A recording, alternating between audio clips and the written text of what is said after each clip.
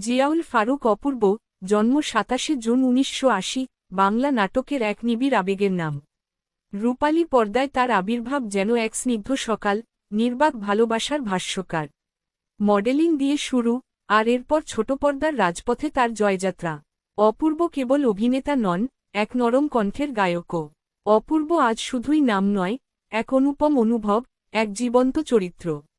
বন্ধুরা, আজকে আমরা জানব অপূর্ব অভিনীত সেরা ৬টি নাটক সম্পর্কে। তাহলে চলুন শুরু করি লিস্টটি। ৬. তোমার হাতটি ধরে। নায়ক, তার প্রিয় টিয়া পাখি, জুলির কে নিয়ে একটি ফ্ল্যাটের দরজায় উপস্থিত হয়। দরজা খোলার সঙ্গে সঙ্গে টিয়া পাখি নায়িকাকে উদ্দেশ করে বলে, আসসালামু আলাইকুম খালাম্মা। এই অপ্রত্যাশিত ও মজার সংলাপ কেবল হাস্যরস সৃষ্টি করে না, বরং নায়িকা মনে করেন এতে তার অপমান করা হয়েছে, কারণ খালাম্মা সম্বোধনটি সাধারণত বেশি বয়সী মহিলাদের জন্য ব্যবহৃত হয়। এই কথাটি কেন্দ্র করে নায়ক নায়িকার মধ্যে একটি কথার লড়াই তথা ঝগড়া শুরু হয়, যা নাটকের প্রাথমিক দ্বন্দ্ব সৃষ্টি করে। ৫. বয়স কোনো ব্যাপার না। নাটক বয়স কোনো ব্যাপার না এক ভিন্নধর্মী প্রেমের গল্প, যেখানে বয়সের ব্যবধান প্রেমের পথে বাধা নয় বরং একটি উপলক্ষ। গল্পটি ঘুরে বেড়ায় একজন মধ্যবয়স্ক পুরুষ ও তরুণী স্ত্রীর সম্পর্কের টানাপোড়েন ও মানিয়ে নেওয়ার চেষ্টার চারপাশে। বিয়ের পর তাদের মধ্যে মানসিক দূরত্ব, সামাজিক কটাক্ষ এবং পারিবারিক চাপ একে একে সামনে আসে। ধীরে ধীরে তারা একে অপরকে বুঝতে শেখে এবং আবেগের গভীরে ডুব দেয়। নাটকটি দেখায়, ভালোবাসা বয়স দেখে হয় না, হয় হৃদয়ের যোগাযোগ দিয়ে। ৪. ভুল থেকে ফুল। ফারিন অভিনীত এই নতুন ট্র্যাজিক রোমান্টিক নাটকে ভুল সিদ্ধান্ত থেকে জন্ম নেয় এক অপূর্ব প্রেমকাহিনী। ছোট্ট একটি ভুল কিভাবে জীবনের মোড় ঘুরিয়ে দিতে পারে, তাই নিয়েই আবর্তিত গল্প। নাটকটির কাহিনী সহজ, সাবলীল এবং হৃদয় ছোঁয়া। প্রেম, বিরহ ও উপলব্ধির মুহূর্তগুলো ট্র্যাজেডির ছোঁয়ায় আরও বাস্তব হয়ে ওঠে।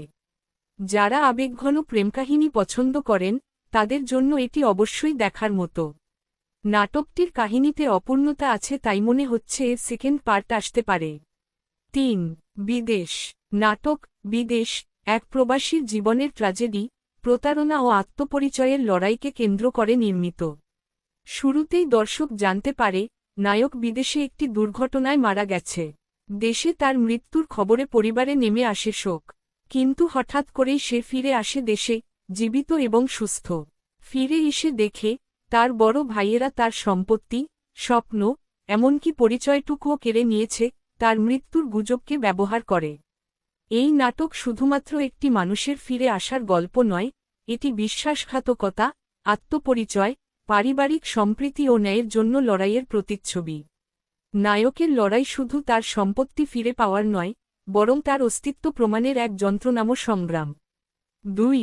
মন দুয়ারি। মন দুয়ারি, একটি জনপ্রিয় বাংলা নাটক, যেখানে অপূর্ব ও নাজনীন নিহা মুখ্য চরিত্রে অভিনয় করেছেন।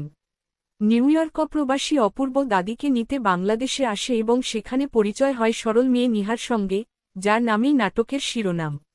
পারিবারিক টানাপোড়েন, আবেগ, প্রেম ও মানসিক দ্বন্দ্বে নাটকটি ধীরে ধীরে মোড় নেয়।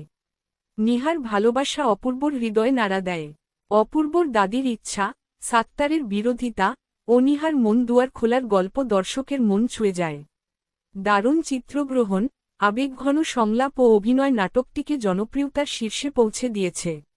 এটি একটি হৃদয়ছোঁয়া পারিবারিক নাটক। ১. শেষ পর্যন্ত। শেষ পর্যন্ত নাটকটি শেষ পর্যন্ত দেখলে আপনি ইমোশনাল হয়ে যাবেন নিশ্চিত। নাটকে নায়ক নায়িকা একে অপরকে ৩ বছর ধরে ভালোবাসে, কিন্তু কেউ কাউকে বলে না।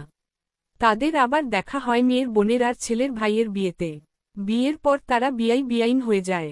তাদের ভালোবাসা যখন প্রকাশ পায়, মেয়ের বোন সাফ জানিয়ে দেয় নিজের বোনকে যা বানাবে না। নাটকটি আপনার মনস্তত্ত্ব, সামাজিক স্টেরিটাইপ, ন্যায় অন্যায় নিয়ে খেলবে। নাটকটি আপনার চোখে আনন্দ ও বেদনা উভয়ের অশ্রু আনবে। নাটকে অভিনয় করেছেন অপূর্ব ও জাকিয়া বাড়ি মোমো।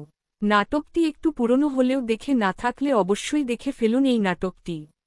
বন্ধুরা, এই ছিল আমার পছন্দের অপূর্বের সেরা ৬টি নাটক।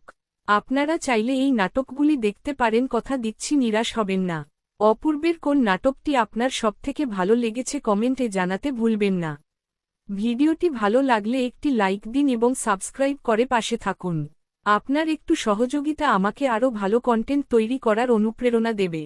অনেক অনেক ভালো থাকুন সবাই। আল্লাহ হাফিজ।